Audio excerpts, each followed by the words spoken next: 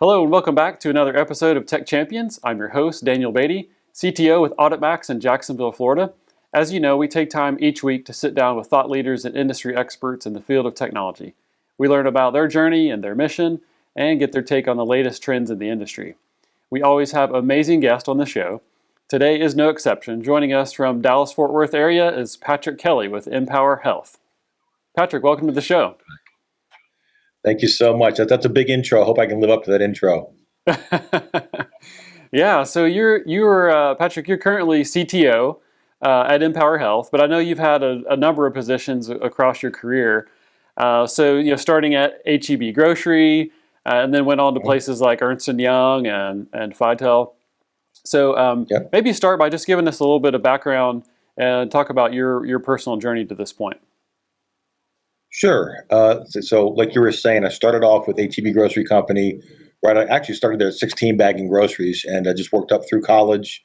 Went to work in corporate in San Antonio when I graduated. It really was more on project management side, but I found I was getting some difficulty with some of the data that I wanted to get to, some of the things I thought should be automated. So like a lot of folks, I kind of cut my teeth on doing things for myself to try to make my life easier.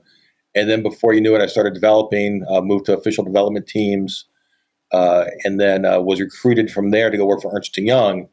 And that was in their healthcare services side. And that was my first intro to healthcare.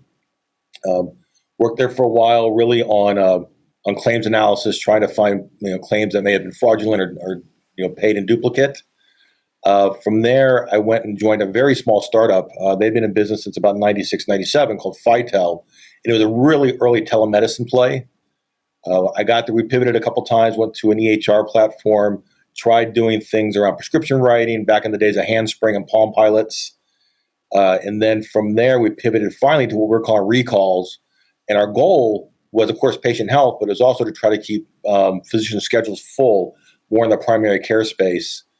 And we didn't realize that we were on the very cusp of value-based medicine back in 2003, 2004. Around 2008, we sold a controlling interest to private equity groups, and some of us left and formed another startup called Loopback Analytics.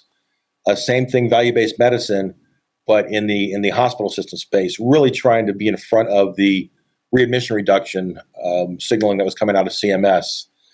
Was there till about 2016. Still good friends of mine. I just left the company in 2016, went and joined Stratify Health, Catalyst Health Networks, ACO out of Dallas, Texas. Was there for about 4 years, and then came over to this neuromuscular clinically integrated network, MPOWERHealth, and I've been here for just a couple of months now. Okay, yeah, that's great. I mean, that's an amazing story. And if you were doing anything in e-health in the 90s at all, that's pretty cutting edge. So congrats for that, for sure. And we want to spend the bulk of our time on data today. But first, I did want to ask a quick question. This has been a crazy year, right, with the pandemic and COVID-19. Businesses all across the nation and really the world have been suffering, had to make changes. Do you have any advice for businesses out there that are trying not just to survive but to thrive in this environment?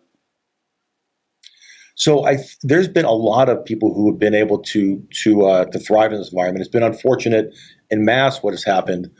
But by way of example, I'm part of a healthcare incubator startup in Dallas called Health Wildcatters. And we saw a record number of startups actually applying for funding to be part of the incubator this year.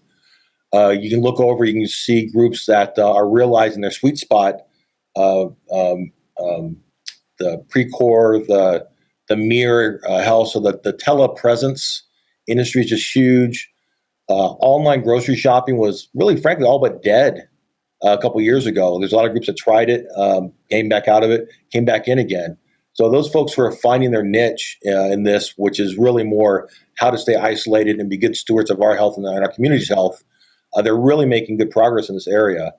I would say that this is also a great time if you find yourself looking for work, part of an unfortunate event.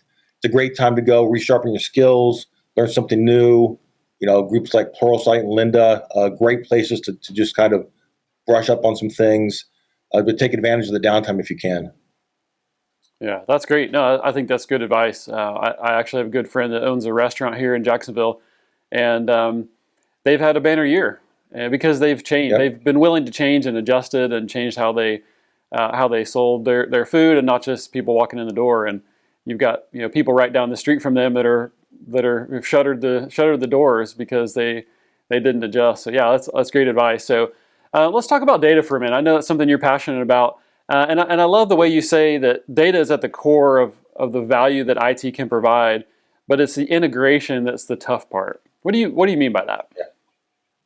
So it's almost embarrassing as an industry to be here in 2020 and still trying to figure out how to get disparate EHR systems, electronic medical record systems, practice management systems, lab results, lab companies, referral systems, all to talk to each other. And there's been so much effort put around trying both sticks and carrots to get the industry to move, but it's still brutal. We've got EHRs that either through money because it costs too much to integrate with them, or just because they're too complicated, or because they think that the data is theirs and not belonging to the doctors. The talent that you have to run integration shops, feeds go down. It's just a hard thing to do. There's been some nice spot plays that have popped up. Groups like Lineate, LifePoint, Innovacor, Arcadia, they do a nice job. They can also be expensive, so you're paying their fees on top of the fees that you have to pay to the EHR systems a lot of times to integrate as well. There's some real interesting things coming down the pipe. The 21st Century Cures Act is interesting. We'll be watching that real closely. That seems right now to be more targeted toward individuals getting their personal health records than for groups like value-based care organizations to get them in bulk. But we're hopeful that there's some things in there that we'll be able to leverage to make integration easier. There's been so many different formats as well over the years to try to make this easier. So everything from the X12 transactions from HIPAA days to, and they make it easier, I guess, for insurance companies, but different versions of HL7, so 2.x, HL7 XML. We've got CDA, CCDA, green CDAs, direct database access. The latest FHIR is showing a lot of promise from HL7, but it's been a little slower to take hold than I think some of us expected. And again, some of the vendors that I've tried to integrate with, the price point to integrate with them via FHIR is just almost prohibitive. So that's the state we're at. Still 2020, still trying to get this systems to talk to each other. Right. Yeah, it is interesting. You rattled off a lot of acronyms there too, Patrick.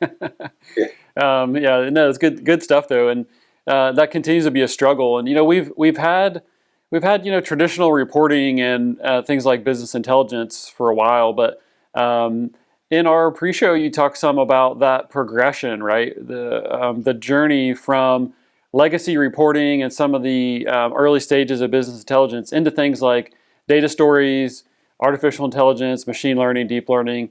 Can you talk a little bit about what that journey looks like? Sure. And it's interesting because there's a place for all of these things. They're just different tools in a toolbox. So reporting isn't necessarily better or worse in business intelligence. Machine learning and artificial intelligence, deep learning, they're all tools in an overall strategy for an organization to deploy to figure out what's going on, where they need to be going, what's happened in the past.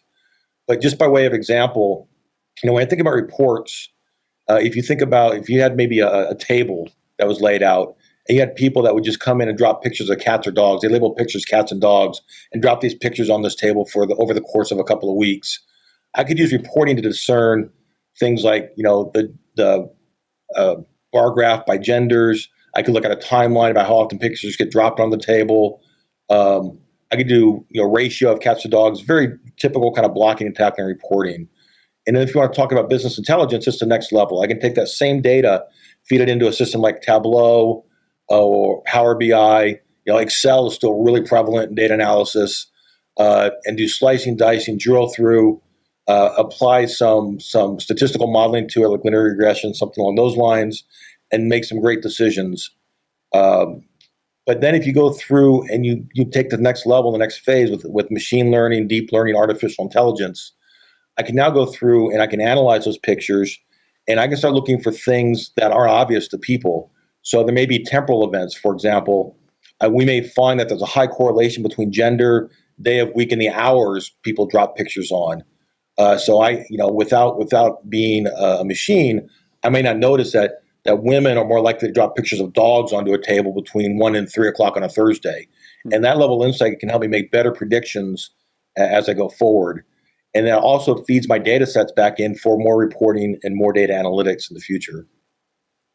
Yeah, I think that's great, and I love your example there. And I think so many times, even as individuals, especially companies, we get used to working with the data that we have, right? And I was actually just in a conversation with one of our clients this week, talking about a report because we run reports all the time for our customers, and they asked us, why does the report look like this? And our answer was, well, that's what you told us you needed like 5 years ago.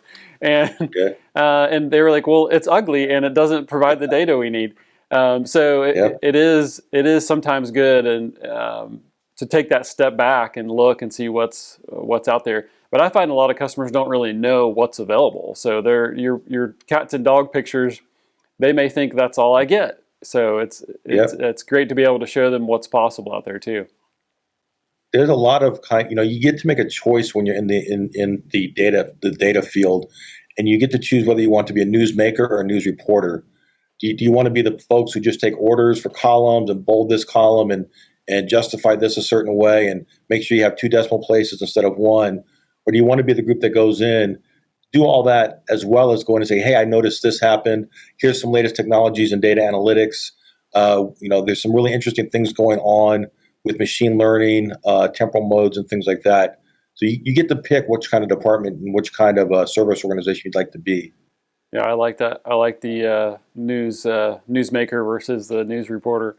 That's good. Yeah. Can you give us a real world example of what you're talking about there? Sure. So there's a couple broad categories of how you can use artificial intelligence, which I'll just use as the overarching bucket for ML and DL, machine learning and deep learning. One is kind of the swing for the fences, hit the dinger over the green monster, and everybody likes the home run. And these are what gets the news headlines, the predictions of elections, where's the virus going to go next, and those sorts of things. And then there's kind of the blocking and tackling. How do we use artificial intelligence to free people up from the mundane tasks day to day and let them think at a higher level? And we've done both areas. But I'm going to focus on the second one for right now, for your specific example. We'll get in practice data that I have, a year's worth of information in it. And when a spine surgeon puts their procedures into our systems or into any system, sometimes you're lucky and they get to pick from a drop-down list of the procedures that they had available to do. Sometimes they type it in free form. A lot of times, even if there's a list, that list varies, sometimes subtly, sometimes a lot, between different vendors of practice management and EHR system, electronic health record systems. And now you have this task of analyzing that data, not just at the practice level, but also across all of our practices, so you can trend, the kind of efficacy we're providing in our efforts for our physicians, and benchmark them against each other and things like that. So AI we're using right now to go through and look at all these different types of procedures and bucket them into 5 or 6 big categories. And then we can not care so much about whether or not somebody says it's a spinal fusion with, and the with is a slash complications, or spine fuse with complication with the word with spelled out, or with comp. We're much better able to go through and analyze and categorize big sets of data. They used to take people, frankly, a month and a half to do. Now we're able to do it in an afternoon or faster, and continue that learning process. Once you do it once, a human checks it, finds any mistakes, train the model again, do the next one, train the model again. It just gets better and better as you go. Yeah, that's great. That's great. I love it, Patrick. And the efficiencies there are amazing, I think. So, unfortunately, we do need to wrap up the show, but I want to ask you one final question since we're tech champions. Can you give me one characteristic you think it takes to become a tech champion? Yeah, be bold. It was, I watched the movie about Freddie Mercury a couple years ago when that came out, and there was a quote in there that I just loved, and it was, "Fortune favors the bold." You got to be bold. You got to be willing to make mistakes. Nobody bats 1,000. Get out there, make your mistakes, try to fail fast when you can, but be bold in your decisions and make the best decisions you can with the information you have at the place you have it. I love it. Great, Patrick. I appreciate it. And thank you so much for coming on the show. Hey, if people want to learn more about you, what's the best way for them to keep in touch? Yeah, so I encourage people to go out to empoweringhealthcare.com. That's with an M, so empoweringhealthcare.com. Take a look at what we do. I can be reached through that website. LinkedIn, I'm always open to connect. So you can find me on LinkedIn. Just search for Patrick Kelly, Empower Health. My email, patrick.kelly@empoweringhealthcare.com. Always open to hearing from folks. Okay. Well, great. Thanks again, Patrick, for being on the show. You've been a great guest. And to our audience, thank you for joining, and we'll see you next time on Tech Champions.